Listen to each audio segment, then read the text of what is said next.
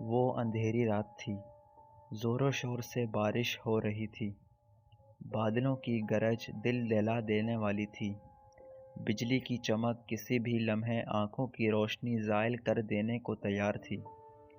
ایسے میں اپنے گھر سے نکلنا بے وقوفی تھا، اور یہ بے وقوفی ساجد اور اس کے 3 دوست کر چکے تھے۔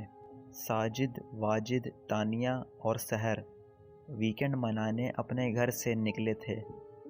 شام بہت سہانی تھی، آسمان کو سیاہ بادلوں نے ڈھانپا ہوا تھا، سرد ہوا سردی کی شدت میں اضافہ کر رہی تھی۔ وہ چاروں اپنے گھر کے قریب والے گارڈن میں اکٹھے ہوئے تھے۔ یار واجد، کیا سہانا موسم ہے، کیوں نہ لانگ ڈرائیو پر چلا جائے؟ ساجد نے اپنے چہرے کی خراش کو مٹاتے ہوئے کہا، جو کہ درخت کے جھڑے ہوئے پتے نے اس کی دائیں رخسار پر لگائی تھی۔ پاگل ہو تم؟ موسم دیکھا ہے تم نے؟ کبھی بھی بارش ہو سکتی ہے۔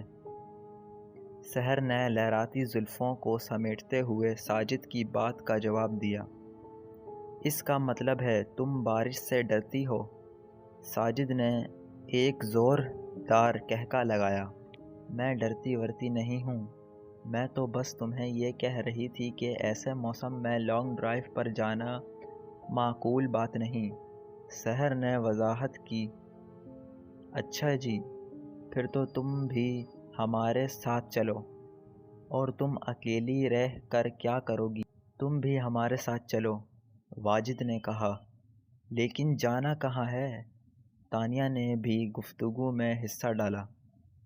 وہ میرے پاپا کا فارم ہاؤس ہے نا، ساجد نے کہا۔ کیا؟ اتنی دور؟ چونکتے ہوئے سحر نے کہا۔ اس کی آواز میں جوش ختم ہو چکا تھا۔ 1 گھنٹے بعد سحر، تانیہ اور واجد نیو ایڈن گراؤنڈ میں جمع ہو گئے۔ اب بس ساجد کا انتظار تھا۔ 2 منٹ بعد وہ بھی کار لے کر آ گیا۔ واجد ساجد کے ساتھ آگے بیٹھ گیا، سحر اور تانیہ پیچھے بیٹھ گئیں۔ موسم مزید خراب ہو گیا، ہلکی ہوائیں تیز ہو گئیں، ہوا میں نمی بڑھ گئی، درختوں سے پتے تیزی سے جھڑنے لگے۔ ساجد نے FM آن کیا۔ سب میوزک کا لطف اٹھانے لگے۔ جوں جوں کار منزل کی طرف جا رہی تھی، موسم کی شدت میں اضافہ ہو رہا تھا، اندھیرے پر اندھیرا چھا رہا تھا، بادلوں نے گرجنا شروع کر دیا۔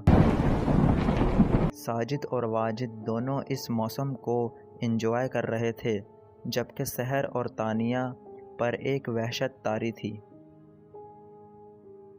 میں نے پہلے ہی کہا تھا موسم کافی خراب ہے، اب بھی وقت ہے، واپس گھر چلتے ہیں، سحر نے موسم کی سختی دیکھتے ہوئے کہا۔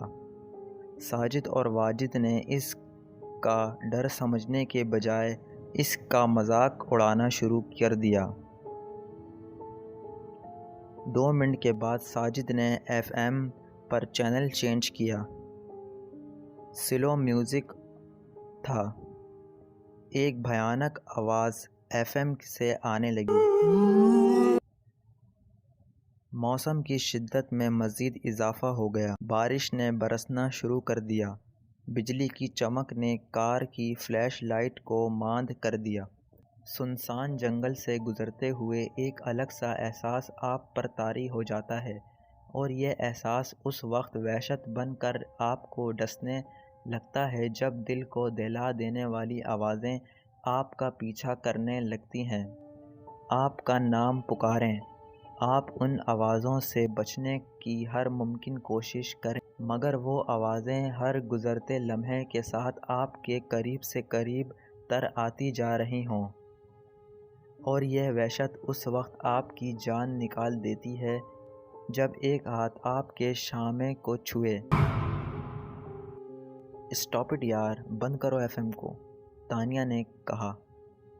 اچانک ایک جھٹکے کے ساتھ ساجد نے بریک لگائی۔ کیا ہوا؟ بریک کیوں لگائی؟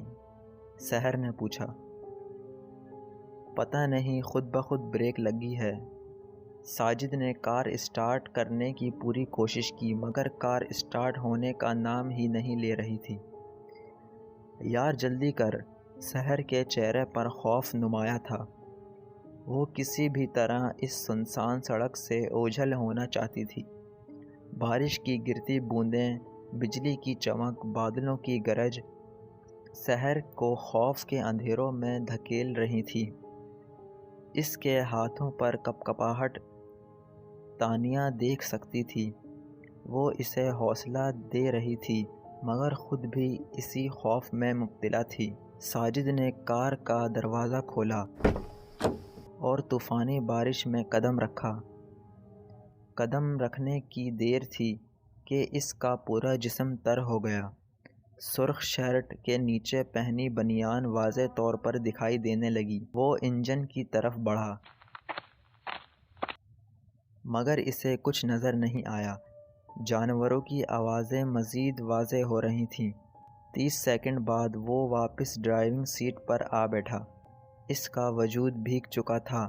اس کے ہونٹ نیلے ہو گئے۔ تیز ہوائیں طوفانی بارش سے زیادہ خطرناک تھیں۔